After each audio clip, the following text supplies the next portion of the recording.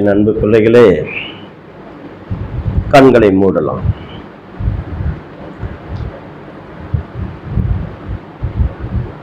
உம்மை நோக்கி பார்க்கின்றே, உம்மை நினைத்து துதிக்கின்றே. உம்மை நோக்கி பார்க்கின்றே, உம்மை நினைத்து துதிக்கின்றே. ஏசையா சோத்திரம், ஏசையா சோத்திரம், ஏசையா சோத்திரம், ஏசையா சோத்திரம். நீங்க பேசுங்க, நாங்கள் கேட்கிறோம். பரிசுத்த ஆவியானவரே, நீங்க அடியனுக்குள் வாங்கப்பா.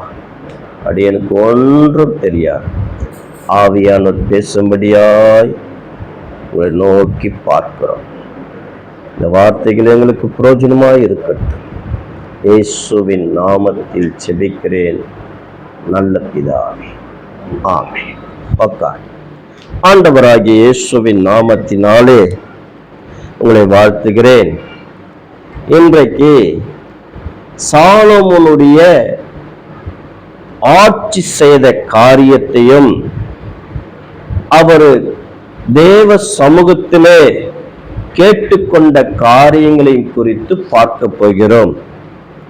அது மாத்திரமல்ல, சாலோமோனை சோதிக்கும்படியாய் ஒரு பெண்மணி ஒரு தேசத்திலிருந்து வந்தாள். அவளுடைய விடுகதையிலே ஒருவனும் ஜெயிக்க முடியாது என்று நினைத்து கொண்டு வந்தாள். ஆனால் தேவன் சாலோமோனுக்கு கொடுத்த ஞானம் கொஞ்சமல்ல. இனி அதாவது அவருக்கு பின் வந்ததும் இல்லை, பொறுக்க போறதும் இல்லை. ஒரு ஆமென் சொல்லமா? இப்படிப்பட்ட ஒரு ஞானத்தை இஸ்ரவேல் ஜனங்களை வழிநடத்தும்படியாய் தேவ சமூகத்திலே கேட்டார். இது கேட்டதுக்கு காரணம் என்னவென்றால், தேவனே வந்து நீ விரும்புகிறதை என்னிடத்தில் கேள் என்று சாலோமோனிடத்திலே சொன்னார். ஒரு ஆமென் சொல்லமா? அல்லேலூயா. சாலோமோன் யோசித்து நிதானித்து அவர் கேட்ட காரியங்கள் என்னவென்றால், நான் இஸ்ரவேல் ஜனங்களை வழிநடத்த நியாயம் தீர்க்க எனக்கு ஞானத்தை கொடுக்க வேண்டும் என்று சாலோமோன் கேட்டார். ஒரு ஆமென் சொல்லுங்க. அல்லேலூயா. ஆண்டவர் என்னிடத்தில் இப்படிப்பட்ட ஒரு வார்த்தை கேட்டது நிமித்தம் நீ செல்வத்தை கேட்காமல், தன்னை ஆசீர்வாதமாய் இருக்கும்படியாய் கேட்காமல், என் ஜனங்களை நியாயத்திற்க அதாவது வழிநடத்த நீ கேட்டபடினால் உனக்கு ஞானத்தையும் கர்த்தர் கொடுத்தார், செல்வத்தையும் கர்த்தர் கொடுத்தார். ஒரு ஆமென் சொல்லமா? அல்லேலூயா. கர்த்தர் நாமத்திற்கு மகிமை உண்டாகட்டும். எடுத்துக்கொள்ளுவோம் 1 ராஜாக்களின் புஸ்தகம் 9ஆம் அதிகாரத்தை எடுத்துக்கொள்ளலாம். என் அன்பு பிள்ளைகளே, சாலோமோனுக்கு கொடுக்கப்பட்ட ஞானம், அதாவது பக்கம் சொல்லுகிறேன் 440, பக்கம் 440. சாலோமோனுக்கு கொடுக்கப்பட்ட ஞானத்தை ஒரு பெண்மணி சோதிக்கும்படியாய், அதாவது எத்தியோப்பியா தேசத்திலிருந்து அவள் இஸ்ரவேல் தேசத்துக்கு வருகிறாள். எதற்காக வருகிறாள் என்றால், அவள் சாலோமோனை சோதிக்கும்படியாய் வருகிறாள். ஒரு ஆமென் சொல்லுங்க. அல்லேலூயா. கர்த்தர் நாமத்திற்கு மகிமை உண்டாகட்டும். இன்றைக்கு பார்க்க போகிற சில வார்த்தைகள் வேதத்தில் இல்லை, ஆனால் வேத ரகசியங்களும் இப்படிப்பட்ட சரித்திரத்திலே எழுதப்பட்ட சில வார்த்தைகளும் இஸ்ரவேல் தேசத்திலேயும் அந்த ஏடுகளில் இருக்கிறது. எத்தியோப்பியா தேசத்திலும் அந்த தேசத்தின் ஏடுகளிலும் அந்த சரித்திரங்கள் காணப்படுகிறது. ஆனால் என் அன்பு பிள்ளைகளே, சாலமோனுக்கு 700 மனைவிகளும் 300 மனைமாட்டிகளும் இருக்கிறது. ஆக மொத்தம் 1000 மனைவிகள் அவருக்கு கொடுக்கப்பட்டபடினால் 1000 பேர் ஒன்றுமே இந்த வேதத்திலே இல்லை. யார் யார் என்று இல்லை. அநேக ராஜாக்களுடைய மகள்கள் அவருடைய நாணத்தை கண்டு திருமணத்தை செய்து கொண்டார்கள். ஆனால் ஒருவருடைய பெயரும் இல்லை. ஒரு தேசத்தின் சில தேசங்களுடைய இருக்கிறது. ஆனால் விசேஷமாய் இந்த எத்தியோப்பியா தேசத்தின் ராஜஸ்திரீ மட்டும் அவளை விசேஷமாய் இந்த இடத்துல காணப்படுகிறது. அப்ப கூட அவள் எதற்காக வருகிறாள் என்றால் நன்றாக கவனிக்கணும். அவள் எதற்காக வருகிறார் என்றால் சாலமோனுடைய நாணத்தை அவளுடைய விடுகதையினாலே சோதித்து பார்க்கலாம் என்று வந்தாள். ஒரு ஆமென் சொல்லமா? அவள் வந்த பிறகு அவளுடைய தேசத்திலே சாலமோனை குறித்து கேட்ட பிரகாரமும் இஸ்ரவேல் தேசத்தில் வந்த காரியங்கள், சாலமோனை குறித்து தெரிந்து கொண்ட காரியங்களையும் அவள் பெருமைப்பட்டாள் என்று வேதம் சொல்லுகிறது. ஒரு ஆமென் சொல்லமா? அல்லேலூயா. கர்த்தர் நாமத்திற்கு மகிமை உண்டாகட்டும். அதாவது 9வது வசனம், 9வது அதிகாரம் 9வது வசனத்தை வாசிக்கலாம். தெளிவாய் திட்டமாய் வாசிக்கலாம். அதற்கு அவர்கள் 1 ராஜாக்கள் 9ஆம் அதிகாரம் 9வது வசனம் வாசிங்க. உம்மை இஸ்ரவேலின் சிங்காசனத்தின் மேல் வைக்க உன்மேல் பிரியம் கொண்ட உம்முடைய தேவனாகிய கர்த்தர் சோத்தரிக்கப்படுவராக. கர்த்தர் இஸ்ரவேலை என்னை என்றென்றைக்கும் சிநேகிக்கிறபடினால் நியாயமும் நீதியும் செய்வதற்கு உம்மை ராஜாவாக ஏற்படுத்தினார் என்றால். ஒரு ஆமென் சொல்லுங்க. ஒரு ஆமென் சொல்லமா? கர்த்தர் நாமத்திற்கு மகிமை. அல்லேலூயா. கர்த்தர் நாமத்திற்கு மகிமை. 10ஆம் அதிகாரம் 9வது வசனம். மன்னிக்கணும், வேதத்தை சரியாக சொல்ல வேண்டும். கர்த்தர் நல்லவராகவே இருக்கிறார். ஒரு ஆமென் சொல்லமா? அல்லேலூயா. அதே வார்த்தை 2 நாளாகமம் 9ஆம் அதிகாரம் இததான் அதை சொல்லிட்டு 8வது வசனம் என்ன சொல்லப்படுகிறது என்றால் அதே வார்த்தை தான். பக்கம் 552 என்ன சொல்லப்படுகிறது? இந்த 2 நாளாகமும் 9ஆம் அதிகாரத்திலே 8வது வசனம் என்ன சொல்லப்படுகிறது என்றால், உம்முடைய தேவனாகிய கர்த்தருக்கு முன்பாக நீ ராஜாவாய் இருக்கும்படிக்கு உம்மை தம்முடைய சிங்காசனத்தின் மேல் விட்டிருக்க பண்ண உம்மேல் பிரியம் கொண்ட உம்முடைய தேவனாகிய கர்த்தர் சோத்தரிக்கப்படுவராக. உம்முடைய தேவன் இஸ்ரவேலை என்றென்றைக்கும் நிலைநிறுத்தும்படிக்கு சிநேகிக்கிறதினாலே அவர் நியாயமும் நீதியும் செய்கிறதற்கு உம்மை அவர்கள் மேல் ராஜாவாக வைத்தார் என்றால். ஒரு ஆமென் சொல்லுங்க. ஹல்லேலூயா. ஹல்லேலூயா. கர்த்தர் நாமத்திற்கு மகிமை உண்டாகட்டும். என் அன்பு பிள்ளைகளே, இஸ்ரவேல் தேசத்திற்கு வந்த இந்த பெண்மணி ராஜஸ்திரீ, எத்தியோப்பியா ராஜஸ்திரீ, அவங்க தகப்பன் எத்தியோப்பியா தேசத்திற்கு ஒரு ராஜாவா இருக்கிறார்.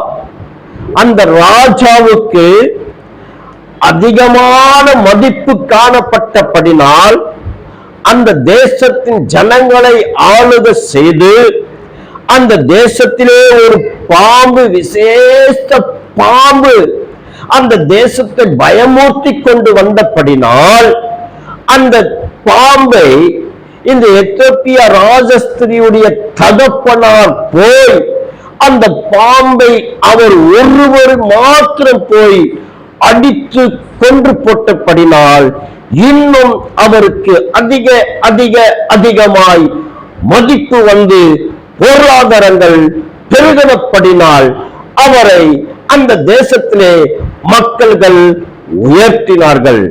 உயர்த்தும் போதுதான் சாலமோனை குறித்து இப்படிப்பட்ட ஒரு நாணம் நிறைந்த இஸ்ரவேல் தேசத்திலே ஒரு ராஜா இருக்கிறான் என்று அவளுடைய மகள் ராஜஸ்திரி கேள்விப்பட்டு அவள் விடுகதைகளிலே பெயர் பெற்றவளாய் காணப்பட்டபடினால் எல்லோரும் அந்த விடுகதைகளுக்கு அவள் சொல்லும் போது அவனை ஜெயிக்கவும் முடியாது. அப்படி நினைத்து சாலமோனை நினைத்து, என்னை யார் இந்த விடுகதைகளிலே ஜெயிக்க முடியும் என்று நினைத்து இஸ்ரவேல் தேசத்துக்கு வந்தாள். அவள் எப்படி வருகிறார் என்றால் 1வது வசனத்தை வாசிக்கலாம். 1 ராஜாக்கள் 10ஆம் அதிகாரம் 1வது வசனத்தை வாசிக்கலாம். நன்றாக கவனிக்கணும். அப்படி அப்படியே பிடிச்சிக்கணும். எந்தெந்த பகுதி எடுக்கிறீங்களோ அப்படி அப்படியே பிடிச்சிக்கணும். கர்த்தருடைய நாமத்தை குறித்து சாலமோனுக்கு உண்டாயிருந்த கீர்த்தி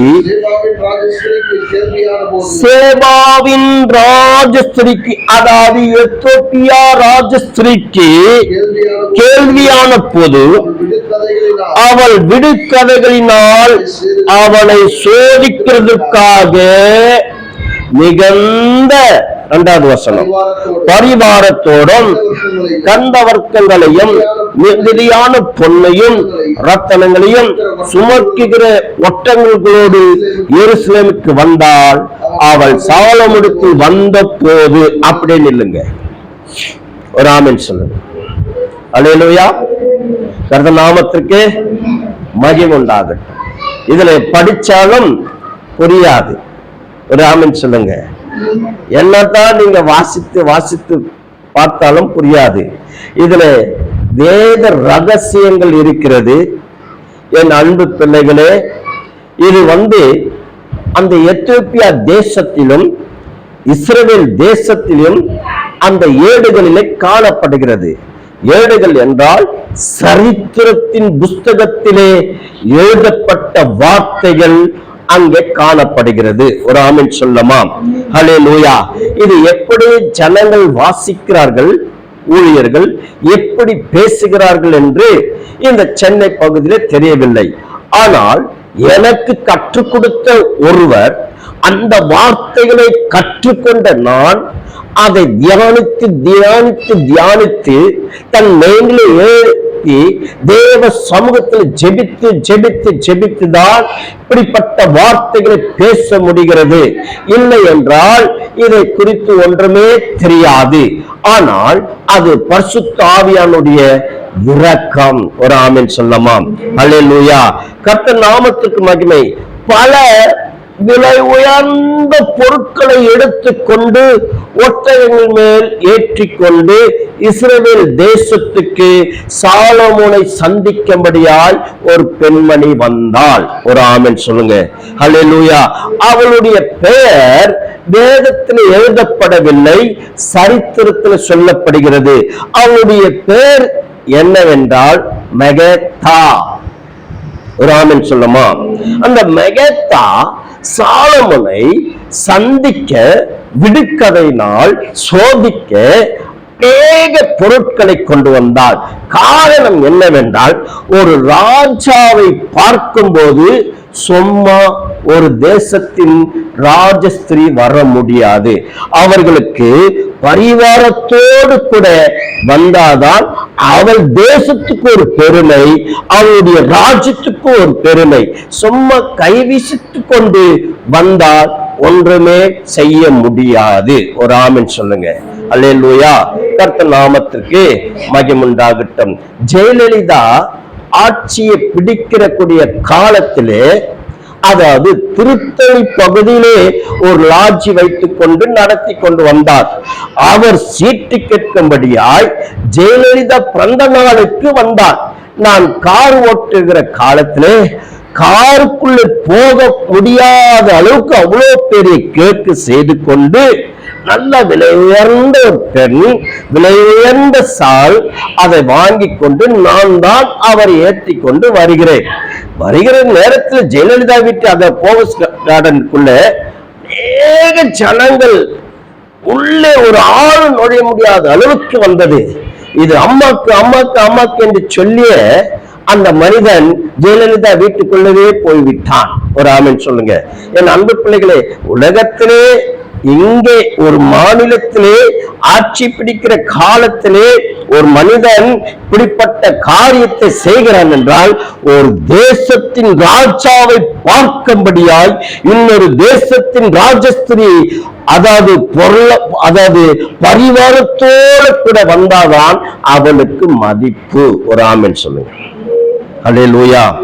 இந்த மகேத்தா சாலமோனை பார்க்கும் போதே அவளுடைய உள்ளங்கள் ஆட்டம் கொடுத்து விட்டது. ஏனென்றால் இஸ்ரவேல் ஜனங்கள், யூத ஜனங்கள் நல்ல 7 அடி இருப்பார்கள். சின்ன வயசு சாலமோனுக்கு நல்ல அழகான கலர், அழகு முகம், அவனுடைய பாடி, அதாவது அழகான பாடி. இதை பார்த்த உடனே அவனுக்கு உள்ளமெல்லாம் மாறிவிட்டது. ஒரு ஆமென் சொல்லுங்க. அல்லேலூயா. கர்த்தர் நாமத்திற்கு மகிமை உண்டாகட்டும். என் அன்பு பிள்ளைகளே, இந்த மகேத்தா சாலமோனை பார்த்த உடனே அவனுடைய அழகிலே மயங்கி விட்டாள். ஒரு ஆமென் சொல்லுங்க. அல்லேலூயா. கர்த்தர் நாமத்திற்கு மகிமை உண்டாகும். அவ வந்த நோக்கம் என்ன? விடுக்கதையினால் சாலமோனை அவள் சோதிக்கும்படியாய் வந்தாள். ஆனால் இந்த இடத்துல சாலமோனை பார்த்த உடனே அவளுக்கு ஒரு ஆட்டம் கொடுத்து விட்டது. இவ்வளவு ஒரு அழகுள்ள மனிதனாய், ஒரு ஆமென் சொல்லுங்க, இவ்வளவு ஒரு அழகுள்ள மனிதனாய் இந்த தேசத்துக்கு இப்படிப்பட்ட ராஜாவா என்று அவள் உள்ளத்திலே நினைத்து கொண்டாள். ஒரு ஆமென் சொல்லுங்க. அதுக்கப்புறம் வாசிங்க. வந்தபோது தன் மனதில் இருந்த எல்லாவற்றையும் குறித்து அவனிடத்தில் சம்பாசித்தாள். ஒரு ஆமென் சொல்லுங்க. தன் மனதிலே அவள் என்னென்ன காரியங்கள் அவனை பார்த்த பிறகு சொல்ல வேண்டுமோ எல்லாவற்றையும் சொன்னான். ஒரு ஆமென் சொல்லுங்க. அல்லேலூயா. ஒரு புதிதாய் யாரும் தவறாய் நினைத்துக் கொள்ள வேண்டாம். ஒரு ஆண் பெண் இள வயதிலே அவர்கள் விரும்புகிறார் என்றால் இவனுடைய வார்த்தைகளையும் அவளுடைய வார்த்தைகளையும் சொல்லி அவர்கள் பேசிக்கொள்வார்கள். இங்கே அப்படிதான் இவள் சாலமோனை பார்த்து பிறகு என்ன சொல்லப்படுகிறது? தன் மனதில் இருந்த எல்லாவற்றையும் குறித்து அவனிடத்தில் சம்பாதித்தாள். ஒரு ஆமென் சொல்லுங்க. எல்லாவற்றையும் சொன்னாள். காரணம் என்னவென்றால், அந்த அழகை பார்த்து, அந்த நாணத்தை பார்த்து, அந்த செல்வத்தை பார்த்து, அந்த ராஜாவுடைய அரண்மனையை பார்த்து, ராஜாவுடைய அதாவது இராணுவத்தை பார்த்து, எல்லாவற்றையும் அவள் அப்படியே அவளுடைய காரியங்களை சொல்லிவிட்டாள். ஒரு ஆமென் சொல்லுங்க. அது மாத்திரமல்ல, என் தேசத்தில் இப்படி இருக்கிறது, என் தகப்பனுக்கு இப்படி ஒரு மதிப்பு இருக்கிறது, எல்லாவற்றையும் சாலமோனிடத்தில் சொன்னாள். இவளும் ஒரு வாலிப பெண் தான். ஒரு ஆமென் சொல்லமா? ஆனால் சாலமோன் என்னது? வாலிபன் தான். ஆனா எத்தனை மனைவி? 999 மனைவியா இருக்கும் அந்த நேரத்துல. ஒரு ஆமென் சொல்லுங்க. அல்லேலூயா. இவள் ஒரு வாலிப பெண். கர்த்தர் நாமத்திற்கு மகிமை. அடுத்த வசனத்தை வாசிக்கலாம். அப்பொழுது சாலமோன் அவள் கேட்டவைகளை எல்லாம் விடுவித்தான். அவளுக்கு விடுவிக்க கூடாதபடிக்கு ஒன்றாகிலும் ராஜாவுக்கு மறைப்பொருளாய் இருக்கவில்லை. ரெண்டு உள்ளமும் அங்கு ஒன்றாகி விட்டது. ஒரு ஆமென் சொல்லமா? ஹல்லேலூயா. கர்த்தர் நாமத்திற்கு மகிமை. இவளோ சோதிக்கத்துக்கு வந்தால் ராஜாவை பார்த்த உடனே இவளுக்குள்ள ஒரு கவர்ச்சியான எண்ணங்கள் வந்துவிட்டது. சாலமோனை பார்த்து ஒருவேளை அவர் என்ன நினைச்ச தெரியுமா? சாலமோன் ஏற்கனவே அவருக்கு 999 இருக்கிறபடினால் இவளையும் நான் அடைய வேண்டும் என்று சாலமோன் நினைத்தார். ஒரு ஆமென் சொல்லுங்க. அல்லேலூயா.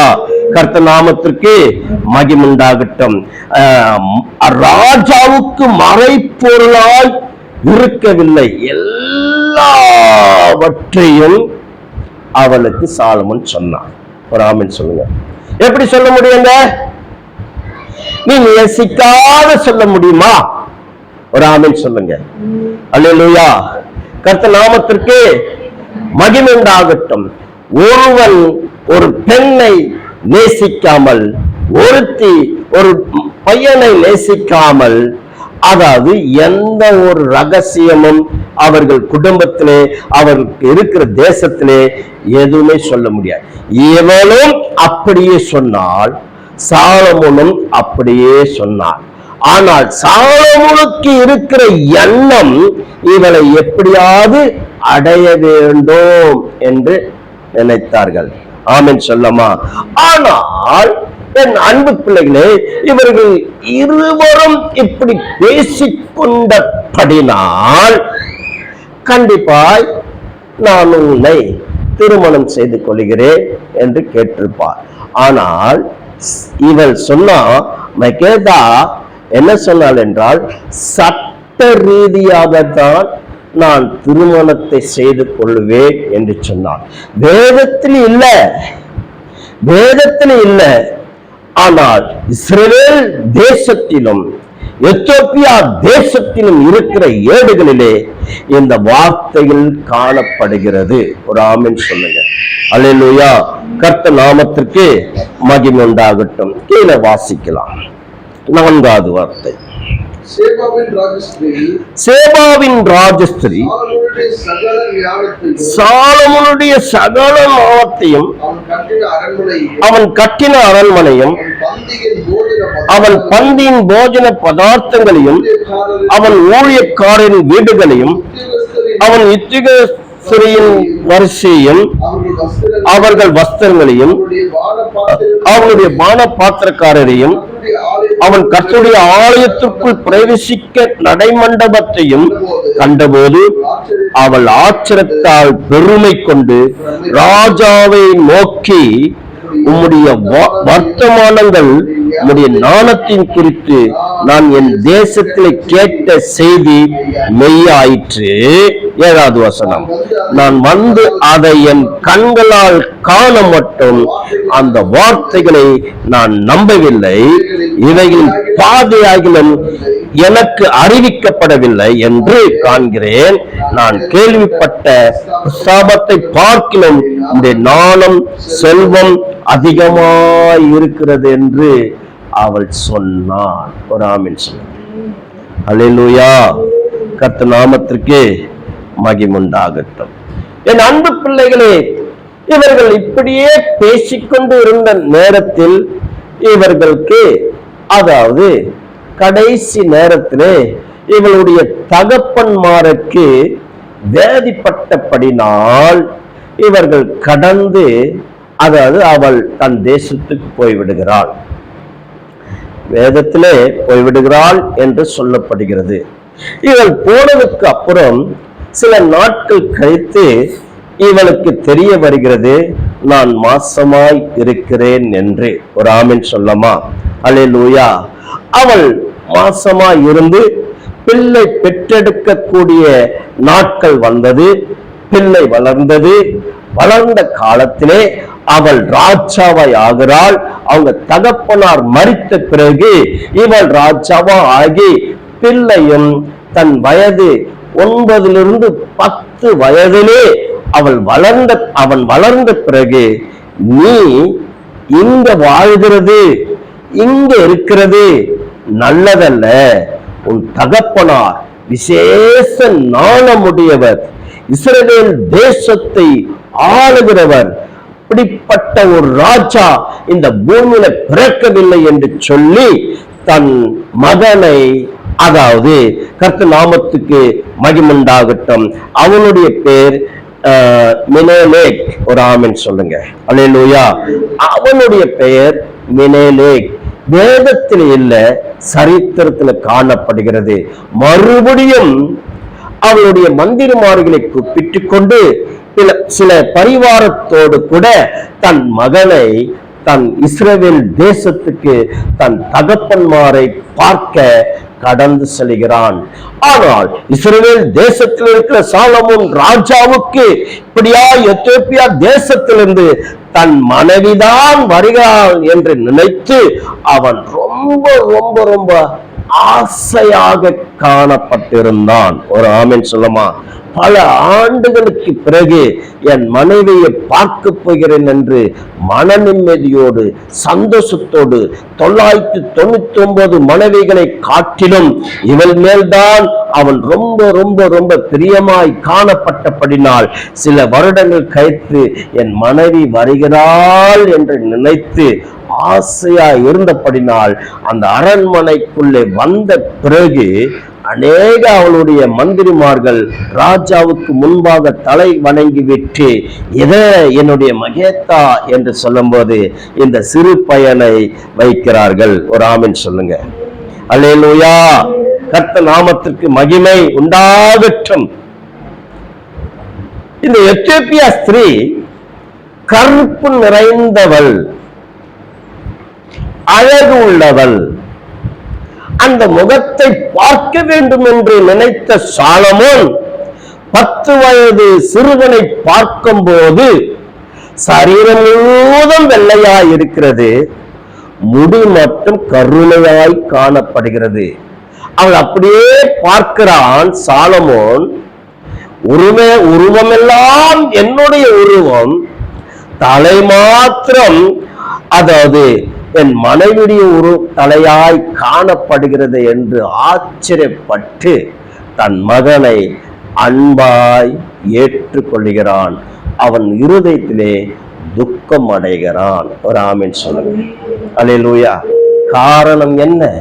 தன் மனைவியை பார்க்க வேண்டும் என்று நினைத்த ஒரு சாக் தன் மகனை பார்க்கக்கூடிய சூழ்நிலைகள் அவனுக்கு காணப்பட்டது. ஒரு ஆமென் சொல்லுங்க. அல்லேலூயா. கர்த்தர் நாமத்திற்கு மகிமை. இவனும் சாலமோனுடைய மகன், அதாவது மினேலேக், தன் தகப்பன் கூடவே இருந்து அவர் எங்கெல்லாம் அதாவது இவனுடைய தாயாருக்கு எப்படி காட்டினாரோ அதே போல இவனுக்கும் காண்பித்து தேவாலயத்துக்கு கொண்டு போய் அந்த பலி செலுத்துகிற காரியங்களை பார்த்துவிட்டு, இவனுக்கோ இந்த சிறிய வயது மகனுக்கோ இஸ்ரவேலின் தேவனை அவன் ஏற்றுக்கொண்டான் அந்த வயதிலே. ஒரு ஆமென் சொல்லுங்க. அதுக்கப்புறம் சாலமோனுக்கு புத்தி மாறிவிட்டது. தன் மனைவிமார்களை பார்த்து அவர்கள் விக்கிரகத்துக்கு ஆராதனை செய்யக்கூடிய காரியங்களை பார்த்து இவனுக்கோ கோபம் வர அளவுக்கு தகப்பனை நினைத்தான். ஒரு ஆமென் சொல்லமாம். அல்லேலூயா. கர்த்தர் நாமத்திற்கு மகிமை.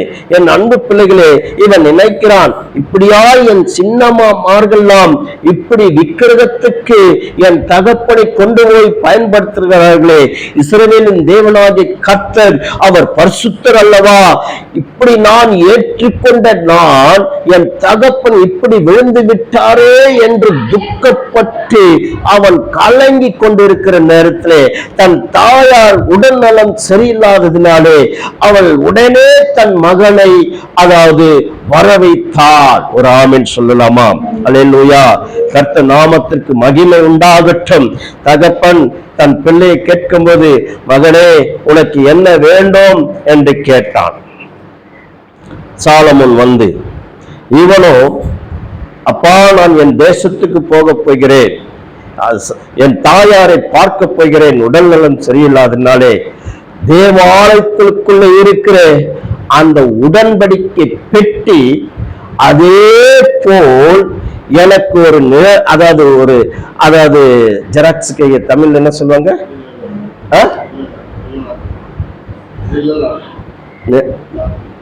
காப்பியா, ஜெராக்ஸ் போல அதே போல ஒன்று செஞ்சு கொடுங்க என்று அவன் கேட்டான். ஒரு ஆமென் சொல்லுமா? ராஜா சொன்ன உடனே தேவாலயத்திலே அந்த உடன்படிக்கை பெட்டி எப்படி இருக்கிறதோ அந்த பெட்டியை போல செய்து, அதாவது சாலமுடைய மகனுக்கு கொடுக்கக்கூடிய நாளை காலை அவன் புறப்பட்டு போகிறான் என்றால், இன்று இரவே என்ன செய்தார்கள் தெரியுமா? உள்ள இருக்கிற ஆசாரியர்கள், தேவாலயத்துக்குள்ள இருக்கிற ஆசாரியர்கள் என்ன செஞ்சார்கள் தெரியுமா? இந்த ஜெராக்ஸ் உடன்படிக்கை பெட்டியை கொண்டு போய் தேவாலயத்துக்குள்ள வைத்துவிட்டு ஒரிஜினல் உடன்படிக்கை பெட்டியை எடுத்து கொண்டு வந்து எத்தியோப்பியா தேசத்துக்கு தன் மகன் போகிறான் என்று அந்த பகுதியிலே வைத்து விட்டார்கள். காரணம் கண்டுபிடிக்க முடியாது. இதுவும் தங்கதான், அதுவும் தங்கதான். ஆனால் இந்த உடன்படிக்கை பெட்டியில தேவனுடைய மகிமை இருக்கிறது. இந்த உடன்படிக்கை பெட்டியில மன்னா இருக்கிறது. இந்த உடன்படிக்கை பெட்டியில ஆரோனுடைய துணிக்கோள் இருக்கிறது. இந்த உடன்படிக்கை பெட்டியில 10 கட்டளைகள் காணப்படுகிறபடினால் அது தேவனுடைய தீர்மானத்தின்படி அதை தொட்டதினாலே ஒருவனும் சாக முடியவில்லை. ஆனால் அது தேவாலயத்திலிருந்து எடுத்துக்கொண்டு வந்து இந்த பகுதியை எந்த பகுதியை வைத்தார்களோ அது தேவாலயத்தில் தான் இருக்க வேண்டும். எங்க இருக்க வேண்டும் என்றால் மகா பரிசுத்த ஸ்தலத்திற்குள் இருக்க வேண்டிய உடன்படிக்கை பெட்டி இங்க வந்துவிட்டது. காரணம் என்னவென்றால் தேவாலயத்தையும் கெடுத்து நாசம் பண்ணி விடுவான் சாலமோன் நினைத்து தேவாலயத்தை தீட்டாக்கி விடுவான் சாலமோன், அதாவது ஆசாரியர்கள் நினைத்து இந்த உடன்படிக்கை பெட்டியை தீட்டாக்கி கொண்டு விடுவான் என்று ஆசாரிகள் நினைத்து ஒரிஜினல் பெட்டியை கொண்டு வந்து மகனுக்கு எடுத்துக்கொண்டு போகும்படியாய் கொண்டு வந்து வைத்து விட்டார்கள். அந்த ஜெராக்ஸை அதே போல் செய்த உடன்படிக்கை பெட்டி கொண்டு போய் தேவாலயத்தில் வைத்து விட்டார்கள். இது தேவனுடைய தீர்மானம், தேவனுடைய செயல். அதனால் ஒருவனும் மரித்து போகவில்லை. தொட்டாலும் மரித்து போடுவார்கள். ஆனால் அதை ஆண்டவர் செய்யவில்லை. ஆமென் சொல்லமாம். அல்லேலூயா. மறுநாள் வந்தது. சாலமோன் தன் மகனை தன் ஆட்களோடு கூட மந்திரிமார்களோடு கூட உடன்படிக்கை யாரெல்லாம் தொட்டார்களோ ஒன்றுமாகவில்லை. காரணம் என்ன?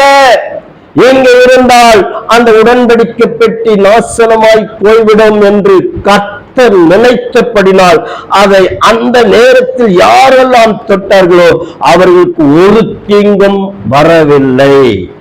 மகனோடு கூட இந்த உடன்படிக்கை பெட்டி எத்தியோப்பியா தேசத்துக்கு போய்விட்டது. ஒரு ஆமென் சொல்லுங்க.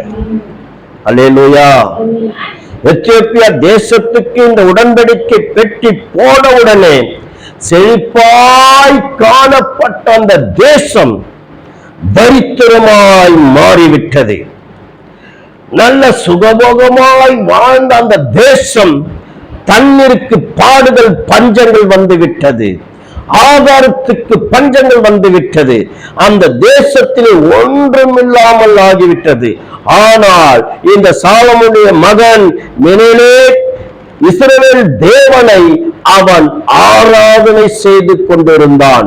அநேக ஜனங்களை இஸ்ரவேல் தேவனுக்கு முன்பாக ஆயத்தப்படுத்தினான்.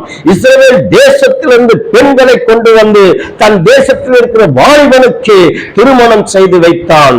யார்? சாலமோனுடைய மகன் மெனேலோக். என் அன்பு பிள்ளைகளே, வேதத்தில் இப்படிப்பட்ட வார்த்தைகள் காணப்படவில்லை. ஆனால் சரித்திரத்தில் சொல்லப்படுகிற இந்த வார்த்தைகள், இப்படிப்பட்ட ரகசியங்கள் அந்த நாளிலே காணப்பட்டது. என் அன்பு பிள்ளைகளே, தனக்கும் பெண்ணை எங்கிருந்து கொண்டு வந்தான் என்றால் இஸ்ரவேல் தேசத்திலிருந்து அந்த பெண்ணை கொண்டு வந்து தனக்கு திருமணத்தை செய்து கொண்டான். மெனேலோக் சாலமோனுடைய மகன். ஒரு ஆமென் சொல்லமாம். அல்லேலூயா.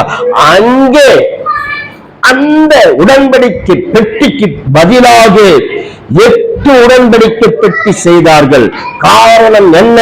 ஒருவேளை என் அன்பு பிள்ளைகளே, இதை எடுத்துக்கொண்டு போய்விடுவார்கள் என்று இந்த நினைத்து 8 உடன்படிக்கை பெட்டி செய்து கொண்டு இன்றைக்கு எத்தியோப்பியா தேசத்தில் இருக்கிற, அதாவது ஒரு பகுதியில் ஒரு உடன்படிக்கை பெட்டி காணப்படுகிறது. இன்றைக்கு அவரவர்கள் நினைத்துக் கொண்டிருக்கிறார்கள் உடன்படிக்கை பெட்டி எங்க இருக்கிறது என்று. சில பேர் சொல்லுகிறார், ஆண்டவர் இயேசு கல்வாரி சிலுவையிலே தொங்கிக் கொண்டிருக்கும் போது அந்த மலை கீழே காணப்பட்டது, அதை எரேமியா எடுத்துக்கொண்டு வைத்தார், அதை யாரு கொண்டு போயிட்டு பாபிலோன் தேசத்தார் கொண்டு போய் விட்டார்கள் என்று சொல்லப்படுகிறது. இல்லை, ஒரு நாள் வரப்போகிறது, ஒரு நாள் வரப்போகிறது. 3ஆம் தேவாலயம் கட்டப்பட போகிறது, 3ஆம் தேவாலயம் கட்டப்பட போகிறது. எத்தியோப்பியா யூதர்கள் அங்கே இருக்கிறபடினால் அங்கே இயேசு கிறிஸ்துவை எப்படி ஏற்றுக்கொண்டிருந்தார்கள் என்றால், இந்த காமே மந்திரி, அதாவது பிலிப்பின் காலத்தில் ஊழியம் செய்யும் போது அவர் இஸ்ரவேல் தேசத்துக்கு வந்து திரும்பி விட்டு மறுபடியும் போகும்போது தேவ ஆவியானவர் பிலிப்போடு கூட பேசினார். நீ போய் இவரோடு சேர்ந்து சத்தியத்தை வாசிக்கிற அந்த மந்திரியோடு கூட நீ கலந்து கொண்டு அதற்கு விலக்கி அதை பேசத்தக்கதாக இதோ தண்ணீர் இருக்கிறது, ஞானஸ்தானம் எடுத்துக் கொள்கிறேன். இவன் மூலமாய் எத்தியோப்பியா தேசத்துக்கு சத்தியம் போய் இயேசு கிறிஸ்து யார் என்று இவன் அறிவித்து அந்த பகுதியிலே இன்றைக்கு எத்தியோப்பியா தேசத்திலே யூதர் கிறிஸ்தவர்கள் இருக்கிறார்கள். ஒரு ஆமென் சொல்லலாம். அல்லேலூயா. கர்த்தர் நாமத்திற்கு மகிமை உண்டாகட்டும். வரப்போகிற காலங்களிலே தேவாலயம் கட்டப்படும்.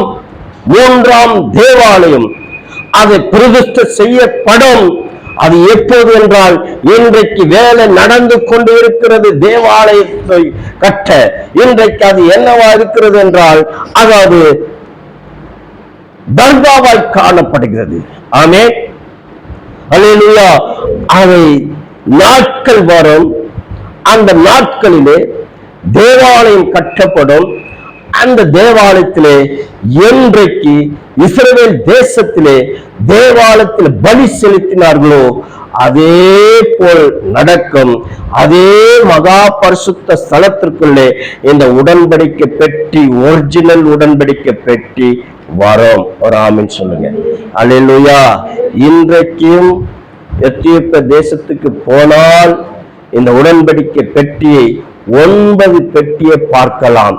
அதுல எது ஒரிஜினல் என்று யாராலும் கண்டுபிடிக்க முடியாது. யூத ஜனங்களால கூட கண்டுபிடிக்க முடியாது. யூத கிறிஸ்தவனாலே மாத்திரம்தான் அந்த ஒரிஜினல் உடன்படிக்கை பெட்டியை கண்டுபிடிக்க முடியும். அவர்கள்தான் ஒரு நாள் இஸ்ரவேல் தேசத்துக்கு அந்த பெட்டி வரப்போகிறது. கர்த்தர் இந்த வார்த்தைகளை ஆசீர்வதிப்பாராக. ஆமென், ஆமென், ஆமென்.